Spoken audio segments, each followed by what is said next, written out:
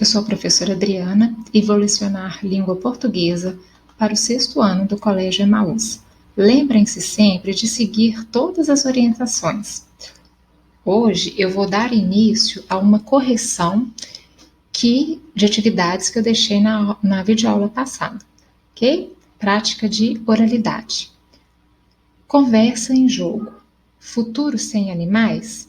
Girafas, golfinhos, elefantes, onças pintadas, tatus, pássaros, borboletas, peixes. Você já imaginou o futuro sem animais? Leia quais são as principais ameaças que os animais enfrentam.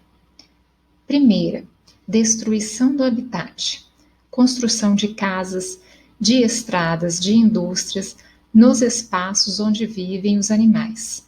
2.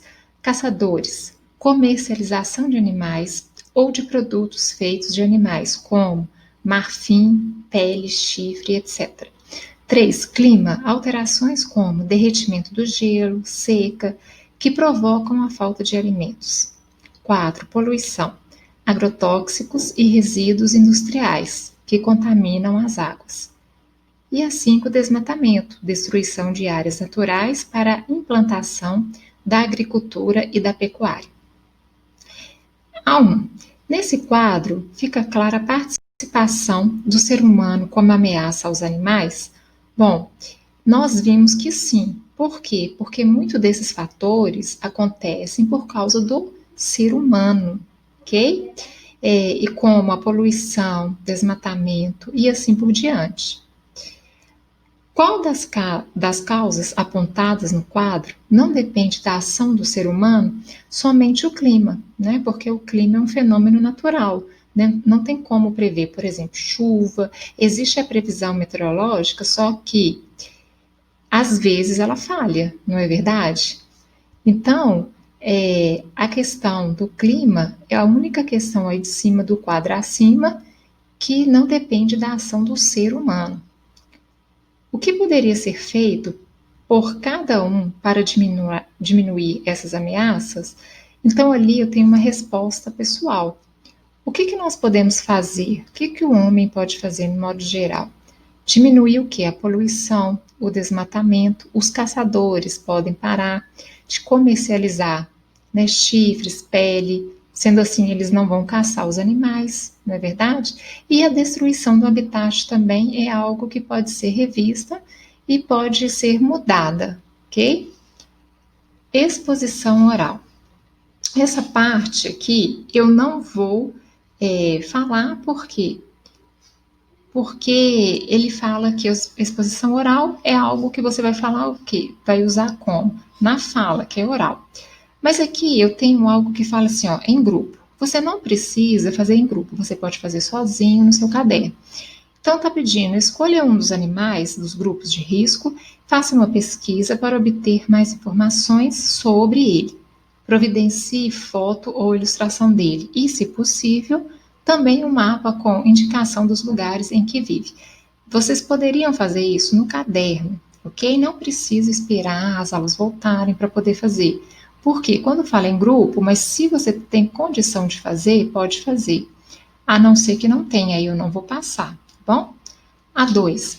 Com os dados da pesquisa, faça uma ficha com suas características, seus hábitos, sua alimentação, a região em que vive, seu papel na natureza, o que provocou ou até está provocando seu desaparecimento, em qual grupo de risco está classificado, etc. Então aqui eu tenho um exemplo de ficha. Mas se você fez, não precisa pagar. A sua provavelmente está correta, ok? Então, aqui o animal, você vai colocar o nome científico, o grupo de risco, características, altura, comprimento, peso, cor, família, tempo de vida, alimentação, hábitos e onde vive. Aqui ao lado eu tenho sugestão, mas eu não gostaria que vocês copiassem essa sugestão. Gostaria que vocês produzissem o seu próprio, não dar sugestão, ok? Vamos fazer agora a correção da página 114. Outras linguagens, ilustração. Nos Estados Unidos, cientistas conduziram um estudo sobre os animais que são os mais queridos, que atraem mais interesse e simpatia.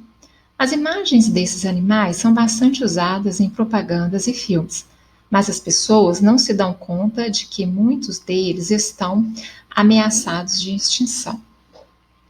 Observe as escolhas feitas pelos ilustradores. Os animais posam para a foto como um grupo ordenados, com os maiores atrás, formando uma pirâmide. Todos os animais estão representados com características de seres humanos. Usam camisas, ternos, gravatas, jaquetas, lenços, flores e brincos. Os animais estão representados com expressão de seriedade, como se todos os estivessem dirigidos para a câmera. O cenário é uma rua de uma cidade, aparentemente grande, com presídios e pessoas reais nas calçadas. Agora converse com os colegas, porque você não precisaria, né? A foto foi utilizada em um texto que, entre outros assuntos, trata do risco de extinção de muitos animais. Se os animais da foto fossem retratados exatamente como são na realidade e no seu habitat natural, em vez de aparecerem como se fossem seres humanos e na rua de uma cidade, o efeito para a conscientização da ameaça de extinção seria o mesmo, porque provavelmente, se fossem retratados no seu habitat natural, né, em vez de aparecerem nas ruas como seres humanos, o efeito da conscientização não seria tão chamativa. As pessoas talvez não prestariam tanta atenção. Então, o ilustrador, o autor, fez aqui o quê? Propositalmente. Ele colocou aqui como se fossem seres humanos, proposital, tá? Usando brinco, usando terno, óculos aqui em cima da cabeça, ok? Então, é uma resposta pessoal, mas eu estou dando uma sugestão, tá bom? Quais dos animais representados vocês identificam? Então, da esquerda, né, para a direita, de baixo para cima, temos o tigre, o lobo cinzento, o leão pardo, guepardo,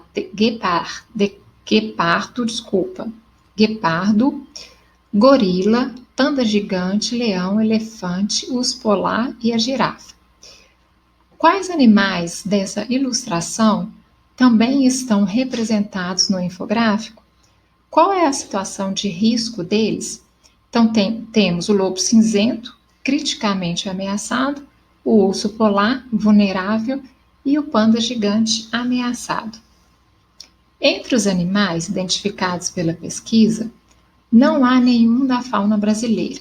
Se essa pesquisa tivesse sido feita no Brasil, com respostas exclusivas de pessoas do nosso país, você acha que os animais da lista seriam os mesmos? Por quê? Então, também aí eu tenho uma resposta pessoal. Eu não acredito que os animais seriam os mesmos. Eu não, particularmente. Mas, é como eu falei, toda resposta pessoal, ela tem que partir de você. E se estiver dentro do contexto, ela não está errada, ok? Vamos agora fazer a correção do meu último texto. Mapa de espécies ameaçadas, outra forma de representação visual. No mapa a seguir, há a distribuição de algumas espécies ameaçadas de extinção entre os estados do Brasil. Procure o estado em que você mora e identifique as espécies ameaçadas na sua região. É uma resposta pessoal, mas aqui nós podemos ver na legenda. Nós moramos onde? Não é em Minas Gerais? Então você vai ver os desenhos e olhar na legenda para você saber quais deles estão em extinção. Fale sobre suas descobertas e ouça os colegas têm a dizer sobre o mapa observado. Você pode fazer a anotação no caderno tranquilamente. Quais foram as suas descobertas? Quais animais que estão em extinção, ok?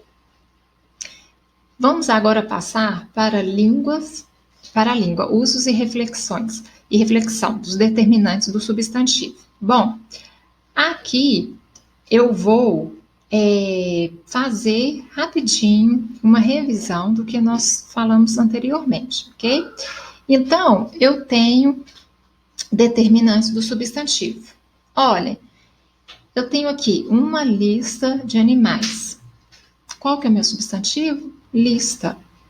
Que palavras que estão determinando o meu substantivo?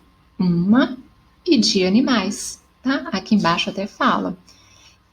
Uma vai alterar, não vai o significado, aí, a importância, a questão aí do substantivo, por quê? Quando eu digo assim, uma lista, pode ser qualquer lista. Quando eu digo a lista, é aquela que está ali, que eu já determinei qual é. Ok? Então, quando eu falo de animais, porque eu posso ter várias listas, mas aqui eu estou falando de animais. Falamos de adjetivo, que são características que eu dou ao substantivo, e eu deixei uma atividade também, da página 119. Releiam juntos o texto, aí você poderia fazer em casa sozinho. Na primeira frase, mudanças do humor de Luísa indicam formas diferentes de agir, das características expressas no trecho. Copie no caderno que se pede. Então, a letra A está pedindo as características que descrevem as melhores tuas. Então, eu tenho aqui uma sugestão de resposta, bem aqui. Se você colocou algo que tem a ver, as características que você quis, não precisa apagar, tá? Então, aqui é uma sugestão. Características das melhores luas. Criativa, brincalhona, risonha, generosa. B. As características que descrevem as piores luas. A B está aqui. Características das piores luas. Temperamental, imprevisível, chorona, carente, absurda. 2. Observe o esquema. Qual é a importância para o texto das palavras que circundam o substantivo Luísa? São elas que, ao caracterizar a personagem, ajudam o leitor a formar uma imagem de Luísa. Tá? Então, eu tenho o substantivo que é Luísa, e em torno, em volta dela, eu tenho todas as suas características, ok? Então, nós sabemos que as palavras como carente, risonha e absurda são adjetivos, e sabemos que adjetivo é o quê? É uma palavra que caracteriza ou qualifica o meu substantivo. 3. Leia mais um trecho da história de Luísa e suas luas. Luísa navegou nos bons e maus humores por alguns anos. Até que um dia percebeu que o tempo, com sua velocidade, também parecia absurdo, esticando as crianças, envelhecendo os adultos, expandindo o universo e apagando e acendendo as estrelas. Foi quando se deu conta do brilho da lua real, cheia e prateada, que ilumina os corações apaixonados. Então aqui a Luísa já é uma pessoa adulta, né? Copie em seu caderno os adjetivos que qualificam os seguintes substantivos. A. Humores será bons e maus. Lua real, cheia, prateada. Corações apaixonados e tempo absurdo, ok? Então até aqui, eu acabei de fazer as correções do que foi pedido. Eu vou dar continuidade a esse conteúdo. Eu falei do adjetivo e agora eu vou falar da locução adjetiva. Na locução, o que é uma locução adjetiva primeiro? Locução adjetiva é um adjetivo, só que a diferença é que eu tenho uma palavra apenas, que são os adjetivos, e o outro eu tenho duas palavras, que é chamado de locução adjetiva. A diferença é só essa. Olha o exemplo ali, ó. A melhor lua iluminava as brincadeiras noturnas, quando Luísa ficava acordada até tarde jogando.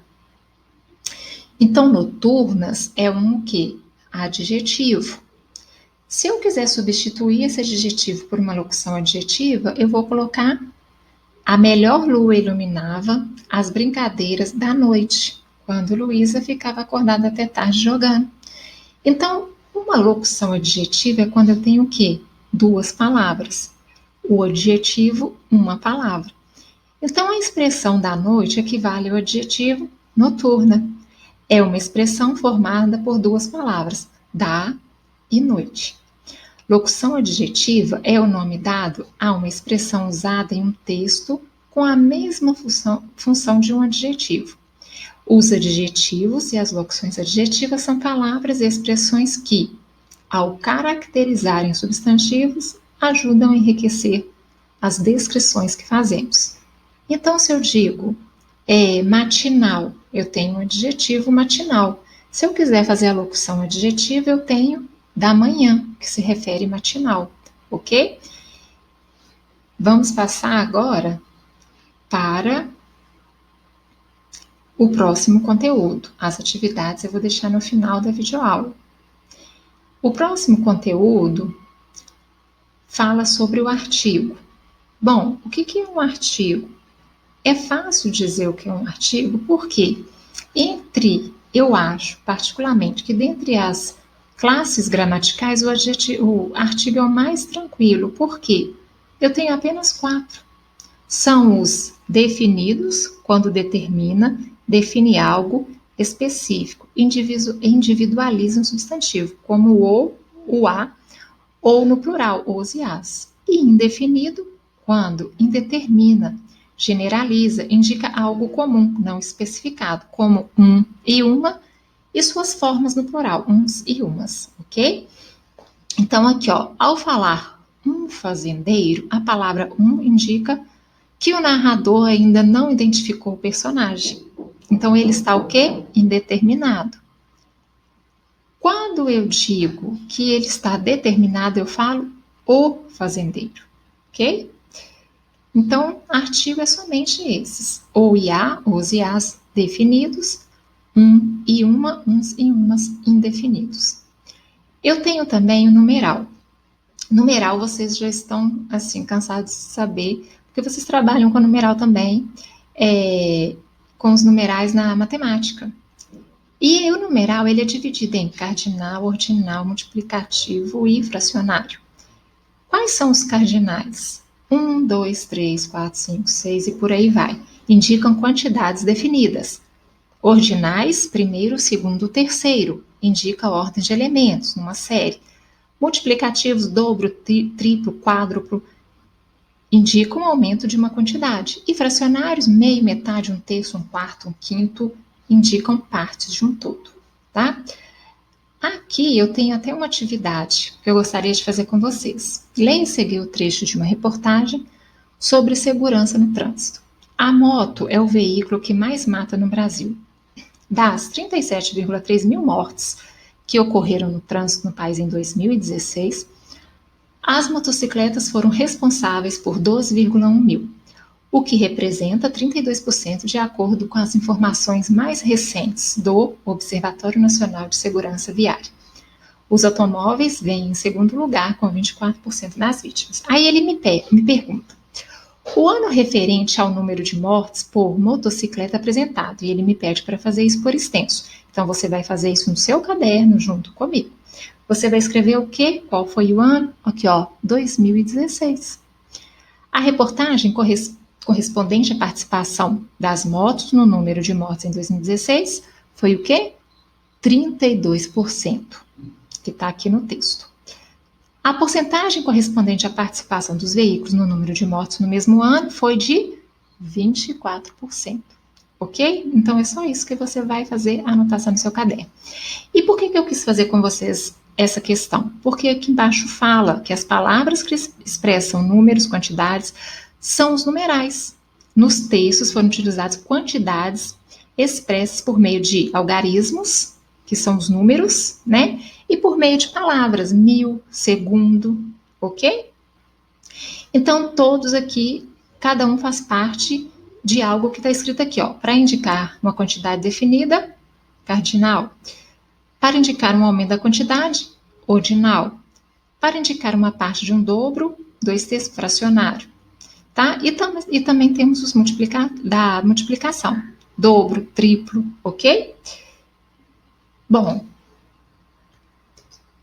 a aula termina por aqui e eu vou deixar as atividades da página 120 até a página 125. Não esqueçam de fazer as atividades e lembrem-se, sempre juntos no caminho certo.